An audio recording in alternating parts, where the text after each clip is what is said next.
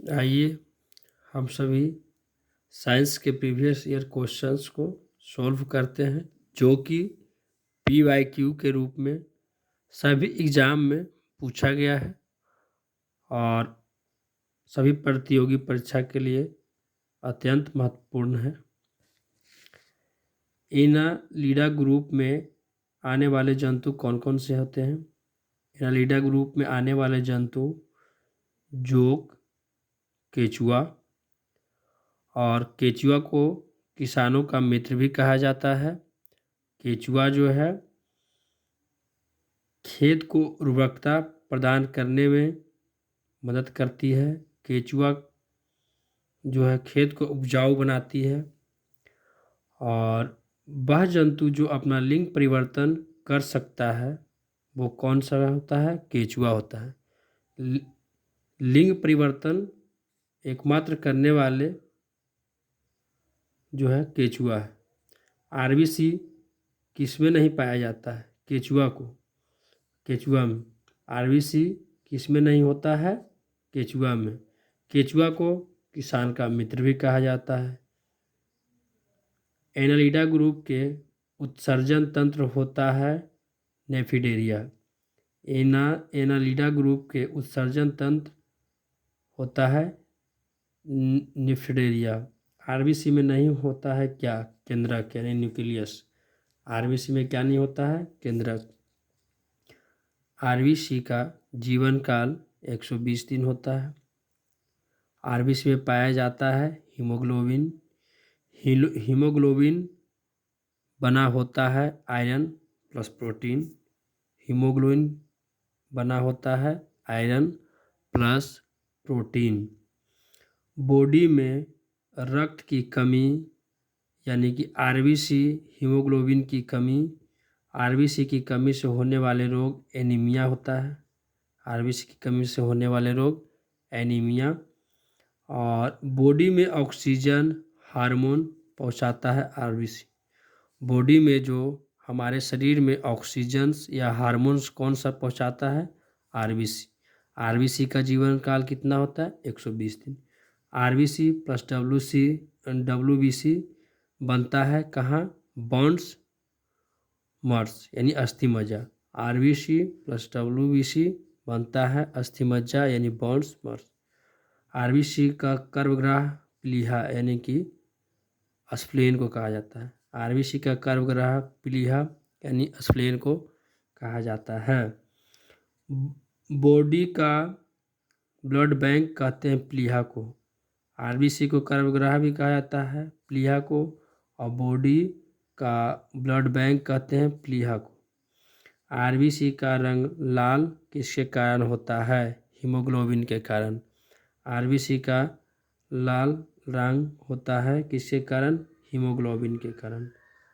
Arthropoda के अंतर्गत आते हैं तिलचट्टा, मगरमच्छ, खटमल, क्रेफिश, मक्खी, सिल्वरफिश, इंसेक्ट यानी कि कीड़ा मकोड़ा। जंतु जगत का सबसे बड़ा फाइलम आर्थ्रोपोडा है। जंतु जगत का सबसे बड़ा फाइलम आर्थ्रोपोडा है। वर्गीकरण का पिता कार्लिनियस को कहा जाता है। वर्गीकरण का पिता किसे कहा जाता है? कार्लिनियस। कार्लिनियस ने 2 किंगडम क्लासिफिकेशन दिया था, और कार्लिनियस सिस्टम नेचुरा नामक पुस्तक भी लिखा था। सिस्टम नेचुरा नामक पुस्तक किसने लिखा था? कार्लिनियस। 5 किंगडम क्लासिफिकेशन दिया था विहेक्टर ने। 5 किंगडम क्लासिफिकेशन किसने दिया था? विहेक्टर ने।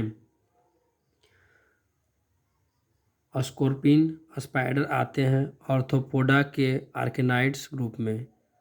स्कॉर्पिन स्पाइडर आते हैं आर्थ्रोपोडा के आर्केनाइड्स ग्रुप में। तिलचट्टा सांस लेता है ट्रिच से। तिलचट्टा सांस लेता है ट्रिच से। तिलचट्टा का खून का रंग होता है सफ़ेद।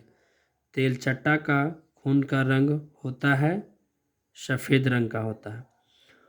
मोलास्का के ग्रुप में आते हैं घेंघा, CP, octopus, animal, cuttle fish. Mollusca के ग्रुप के अंतर्गत कौन कौन से आते हैं? घोंघा, CP, octopus, animal, cuttle fish. Devil fish के नाम से किन्हें जाना जाता है? ऑक्टोपस। ऑक्टोपस का जो होता है, इसका ब्लड जो होता है नीला होता है। डेविल फिश के नाम से किसे जाना जाता है? ऑक्टोपस को। ऑक्टोपस का ब्लड जो होता है ब्लू यानी कि नीला होता है। ऑक्टोपस का ब्लड का रंग होता है ब्लू। इकोडर्मिटा संघ के अंतर्गत आता है तारा मछली, बीटल फिश, सी ककम्बर, सी आर्सेनिक।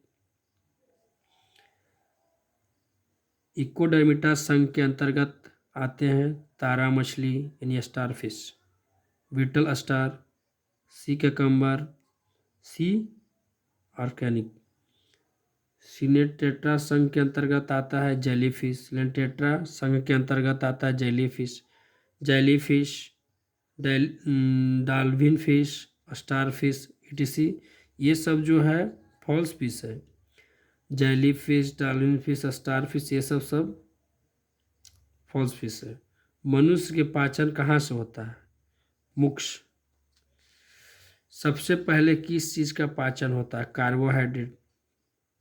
कार्बोहाइड्रेट। सबसे पहले हमारे शरीर में किस चीज़ का पाचन होता है? कार्बोहाइड्रेट।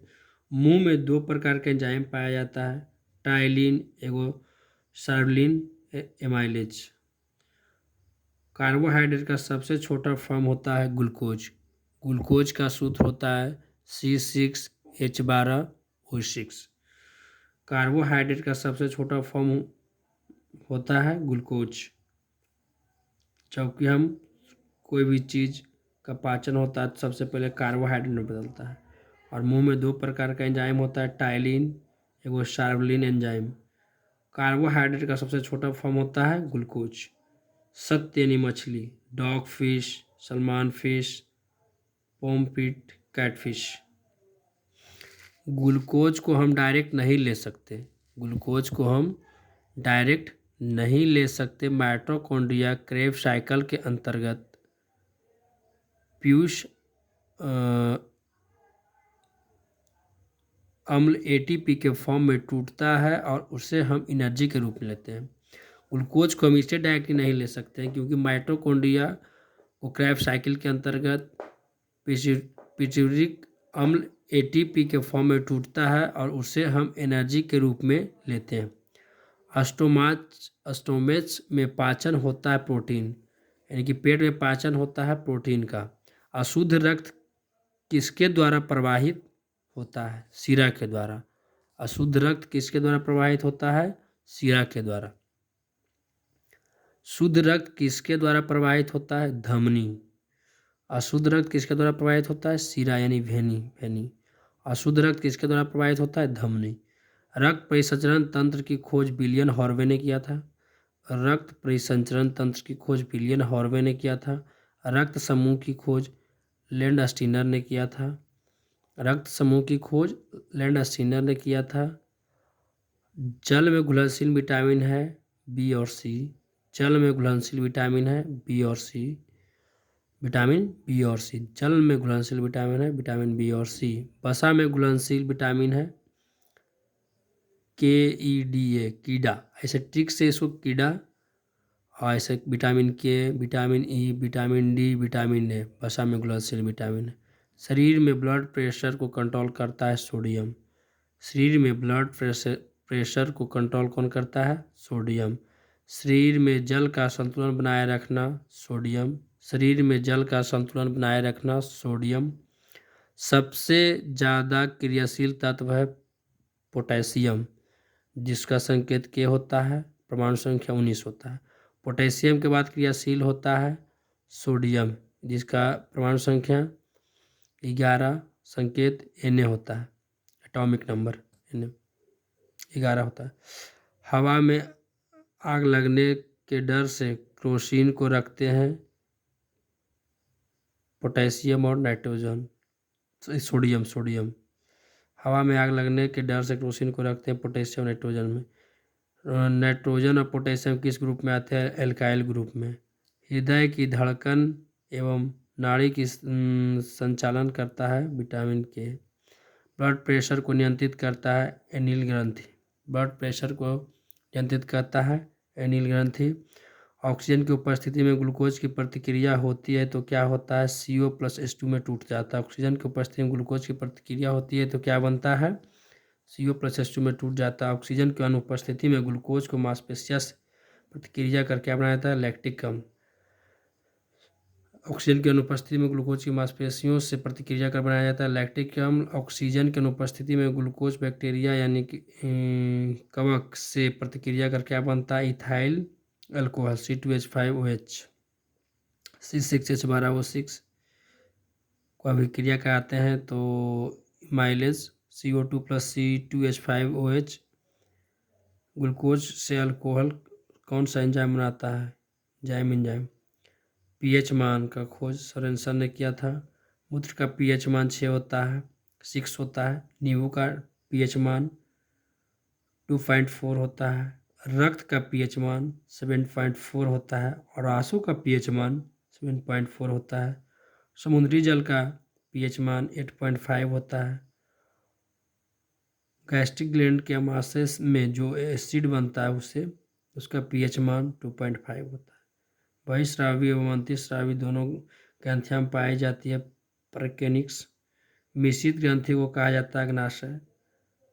प्रेग्नेंसी को 3 प्रकार के कोशिकाएं होती है, अल्फा, बीटा और गामा।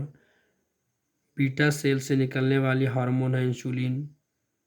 गामा सेल से निकलने वाली हार्मोन है ग्लूकोन। और हार्मोन्स निकलने वाली है ग्लूकोन। गामा किरण से, अल्फा किरण से निकलने वाली हार्मोन है ग्लूकोज। आप सभी को कैसा लगा अंत में कमेंट करके ज़रूर बताएं।